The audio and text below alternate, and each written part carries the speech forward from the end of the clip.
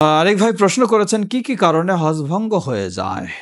যেটি গুরুত্বপূর্ণ প্রশ্ন, কি কি কারণে হজ ভঙ্গ হয়ে যায়। হজ ভঙ্গ হয়ে যাওয়ার বিভিন্ন কারণ হতে পারে। প্রথম হলো হজ এর কিছু রোকন রয়েছে, অপরিহার্য কাজ, সেগুলি যদি ছুটে যায় তাহলে হজ বাতিল। সেই অপরিহার্য কাজগুলির মধ্যে হজ্জের রোকন হলো এহরাম বাঁধা, হজ্জের রোকন হলো আরাফায় অবস্থান করা, হজ্জের রোকন হলো বাইতুল্লাহ তাওয়াফ করা, 10 তারিখের ফরজ তাওয়াফ। হজ্জের রোকন হলো 10 তারিখে সাফা এবং মারওয়ায় সাই করা। এগুলি হজ্জের রোকন। এই রোকনগুলি যদি কারো ছুটে যায় তাহলে অটোমেটিক তার হজ বাতিল হয়ে যাবে। এটি কোনো কাফারা দিয়ে আদায় হবে না।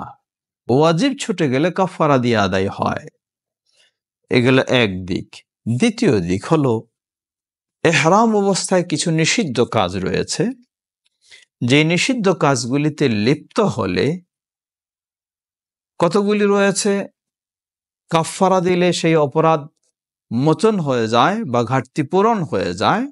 কতগুলি রয়েছে কাফারা দিলে পূরণ হবে না, কাফারাও দিতে হবে, আবার হজও বাতিল হয়ে যাবে এবং পরবর্তীতে আবার সেই হজ পালন করতে হবে।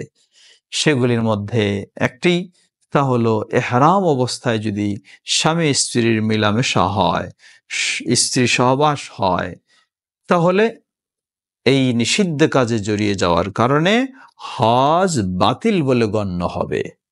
অপরদিকে তাকে এই কাফারা হিসাবে একটি ওট কোরবানি দিতে হবে। তৃতীয় বিষয় হলো তাকে আবার এই হজের অবশিষ্ট কাজগুলি পূর্ণও করতে হবে। চতুর্থ হলো আগামীতে তাকে আবার হজ পালন করতে হবে। এটি বড় অপরাধ। তৃতীয় পর্যায়ে আমরা বলবো আরো কিছু কাজ রয়েছে যেগুলি ঘটে গেলে মানুষের হজ নষ্ট হয়ে যেতে পারে।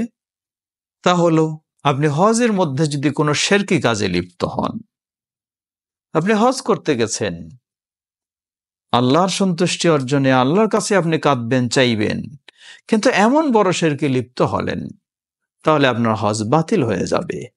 যেমন উদাহরণস্বরূপ আপনি হজ করতে গিয়ে বাইতুল্লাহ তাওয়াফ করছেন, নিয়ম হলো হজরে আসওয়াদকে চুমু খাওয়া, বাকি কোথাও শুধু রুকনে ইয়ামানি স্পর্শ করার নিয়ম রয়েছে।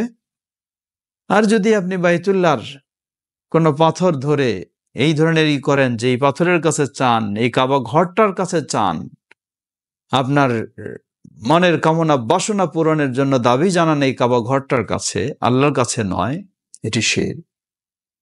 অথবা আরাফার ময়দানে গেছেন, দোয়া করছেন, কাঁদছেন আল্লাহর কাছে, কিন্তু এমন ভাবে দোয়া করছেন আপনি যে বুজুর্গে বিশ্বাসী, সেই বুজুর্গকে আপনি তাকেই ডাকা শুরু করলেন আল্লাহকে ডাকা বাদ দিয়ে। আল্লাহকে ডাকা বাদ দিয়ে আপনার ভক্ত মানুষটাকেই আপনি ডাকতে শুরু করলেন, সেই বুজুর্গের কাছেই আপনি চাইতে শুরু করলেন। এমনই যদি বড় শিরকে কেউ লিপ্ত হয় তাহলে কোনো সন্দেহ নাই তার হজ বাতিল হবে। আল্লাহ সুবহানাহু ওয়া তাআলা বলেন হাদিসে কুদসি, মান আমিলা আমালান আশরাকা ফীহি মাই গায়রি তারাকতুহু ওয়া শিরকাহ, যে ব্যক্তি এমন কোন আমল করবে, সেই আমলে আমার সাথে অন্য কাউকে শরীক করবে, তাহলে আমি তার শিরকপূর্ণ আমলকে প্রত্যাখ্যান করি। লা হাওলা ওয়ালা কুওয়াতা ইল্লা বিল্লাহ। আল্লাহ আমাদের এই সব বিষয় থেকে হেফাজত করুন। অনুরূপভাবে মানুষ দেখানোর উদ্দেশ্যে, প্রশংসা পাওয়ার উদ্দেশ্যে যদি কেউ হজ করে, এটিও এক প্রকার শিরক, সেটিও হজ বাতিল হবে। আল্লাহু তাআলা।